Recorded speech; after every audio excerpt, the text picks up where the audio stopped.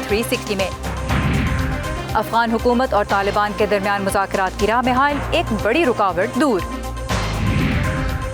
پاکستان میں تعلیمی نصاب میں تبدیلیاں زیر غور، کیا اساتذہ اور حکومت ایک پیج پر ہیں؟ ایک کتاب کے اندر کچھ 100 غلطی ہے، 100 غلطی۔ آخری مردم شماری آکسفورڈ میں لکھا ہوا ہے کہ 1998 میں ہوئی، جب آپ کو پتا ہے وہ 2017 میں ہوئی۔ پنجاب کے 35 ضلع لکھے ہوئے ہیں، جبکہ 36واں ضلع آج سے 11 سال پہلے چنیوٹ 2009 میں بن گیا تھا۔ کوئی 3-4 درجن کتابیں ایسی ہیں جس میں پورا آزاد جموں اینڈ کشمیر اور گلگت بلتستان اٹھا کے انڈیا میں شو کی ہے۔ اور بایولوجی اور آرٹ کا انوکھا امتزاج، کرونا وائرس میں خوبصورتی کی تلاش۔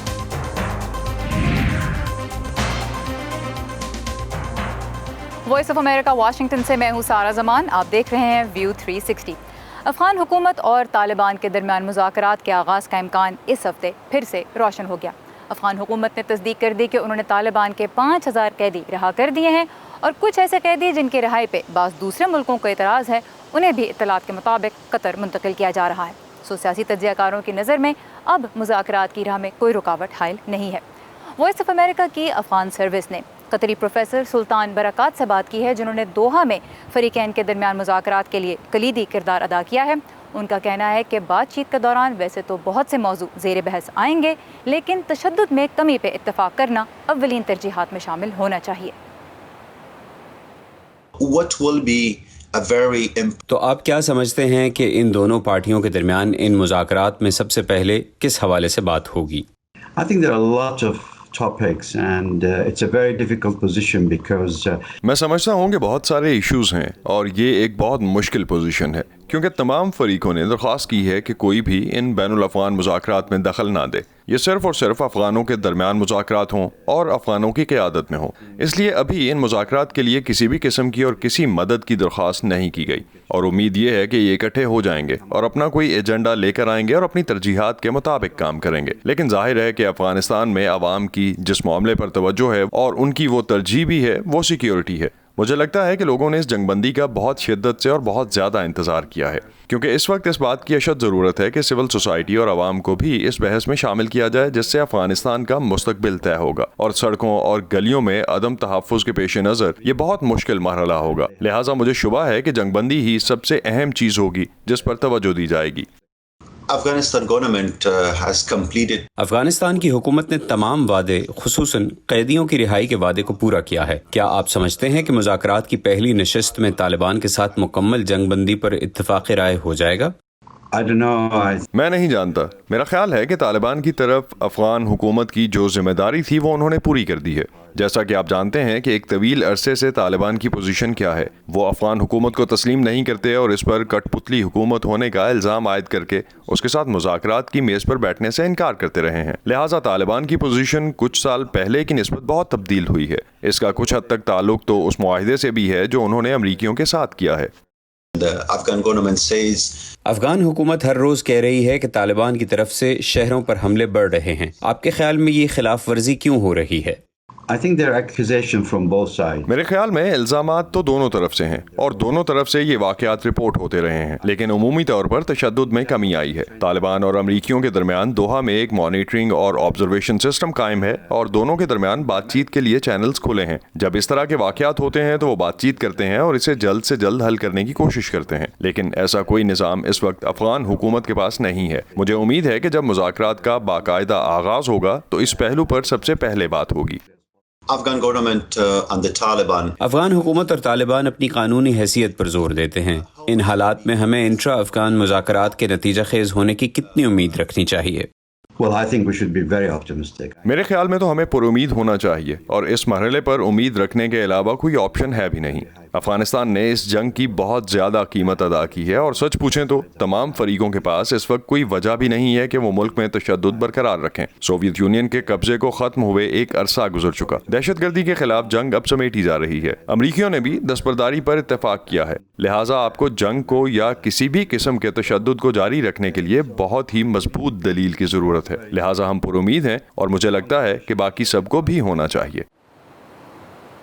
افغان حکومت اور طالبان کے درمیان مذاکرات پاکستان کے لیے بھی بہت اہمیت رکھتے ہیں۔ قومی وطن پارٹی کے سربراہ آفتاب احمد خان شیرپاؤ کا کہنا ہے کہ مذاکرات کی کامیابی کے لیے ضروری ہوگا کہ فریقین لچک کا مظاہرہ کریں وائس آف امریکہ کے نظر الاسلام سے ان کی گفتگو کا آئیے کچھ حصہ دیکھتے ہیں، جس میں ان کا کہنا ہے کہ طالبان کے لیے ضروری ہوگا کہ وہ کچھ رعایتیں دیں. زیادہ نہیں لیکن کچھ نہ کچھ چیزوں میں وہ کنسیشن ضرور دیں گے. مثلا یہ خواتین کے جو وہ ہے کہ جو تھوڑی بہت لبرٹیز ہیں اس کے بارے میں،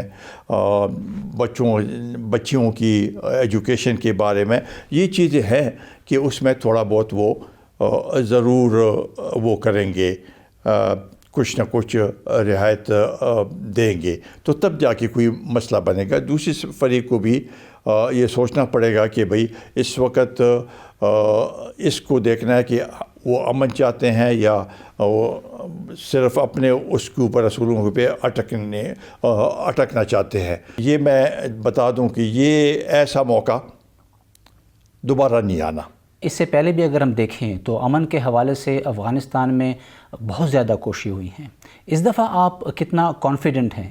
میرا خیال ہے چونکہ ایک بہت سیریس یہ کوشش ہے اور اس میں امریکہ بذات خود انوالوڈ ہے. امریکہ نے سارے مذاکرات ان کے خصوصی نمائندے نے کیے، تو اس سے تو پتہ چلتا ہے کہ بہت یہ سیریس ایفرٹ ہے. اور اس میں پریزیڈنٹ ٹرمپ جو ہے وہ اپنے الیکشن کو بھی دیکھ رہے ہیں، لیکن ساتھ ساتھ انہوں نے جو وعدے کیے ہیں کہ ٹروپس کو کا انخلاء جو ہے افغانستان سے، اس کی بھی بات ہوئی ہے. اور طالبان نے اس سے پہلے کبھی باضابطہ مذاکرات کبھی نہیں کیے، یہ پہلی بار ہے. اس ہفتے ہم نے امریکہ کے صدارتی انتخابات میں سوشل میڈیا کی طاقت کے حوالے سے ایک رپورٹ پیش کی.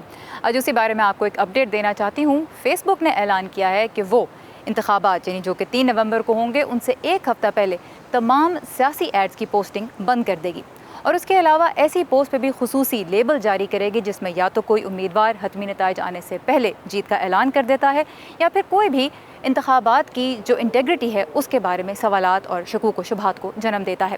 فیس بک پہ تنقید کی جاتی رہی ہے کہ وہ انتخابی سال میں غلط معلومات کے پھیلاؤ کو روکنے کے لیے مناسب اقدامات نہیں کر رہا، اور اب یہ فیصلے اسی تناظر میں سامنے آئے ہیں.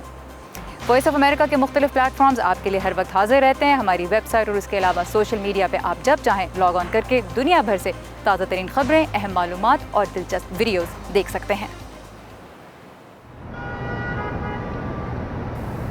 امی، حکمران امریکہ کے ہوں یا ہندوستان کے، افغانستان کے یا پھر پاکستان کے، انہیں کچھ نہ کچھ تو کہنا ہے نا اپنے ملک کے لیے.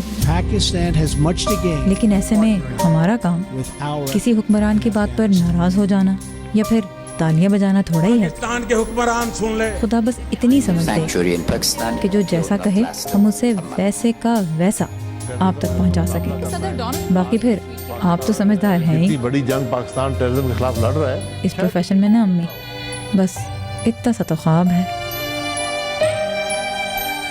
خبر جیسی پہنچی ویسی، ویو 360 صرف آج نیوز پر. پاکستان میں ان دنوں نظام تعلیم میں تبدیلیوں پر بحث چھڑی ہوئی ہے. پنجاب ٹیکسٹ بک بورڈ کی جانب سے کئی کتابوں پہ پابندی لگنے کے بعد یہ سوال بھی اٹھ رہے ہیں کہ ان تبدیلیوں کا مقصد کیا ہے. وزیر اعظم پاکستان عمران خان اور ان کی جماعت تو چاہتی ہے کہ پاکستان میں یکساں نصاب رائج ہو، لیکن بعض حلقوں کی رائے میں نصاب کا تعین کرنا وفاقی حکومت کا کام نہیں ہے. اس بحث کے کچھ پہلو پیش کر رہے ہیں لاہور سے ضیاء الرحمان.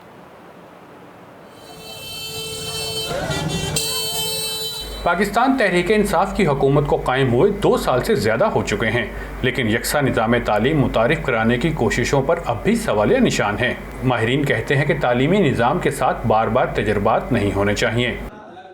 جب کوئی حکومت بدلتی ہے پہلا نشانہ تعلیم ہوتی، محکمہ تعلیم. اگر سکھانا ہم کچھ چاہتے ہیں تو ہمیں یہ دیکھنا ہے کہ وقت کی ضرورت کیا ہے اور کیا ہم میں اتنی ہمت ہے، اتنی صلاحیت ہے، اتنی اخلاقی جرأت ہے کہ وقت کی ضرورت کو محسوس کرتے ہوئے، وقت کی ضرورت کو سامنے رکھتے ہوئے کسی طور اپنی قدروں پر ہم کوئی مصلحت سے کام نہیں لیں گے. حکومتی مشینری میں شامل لوگوں کی رائے میں نصاب ایک ہی ہونا چاہیے تاکہ سب صوبوں کے طلبہ ایک جیسا علم حاصل کر سکیں.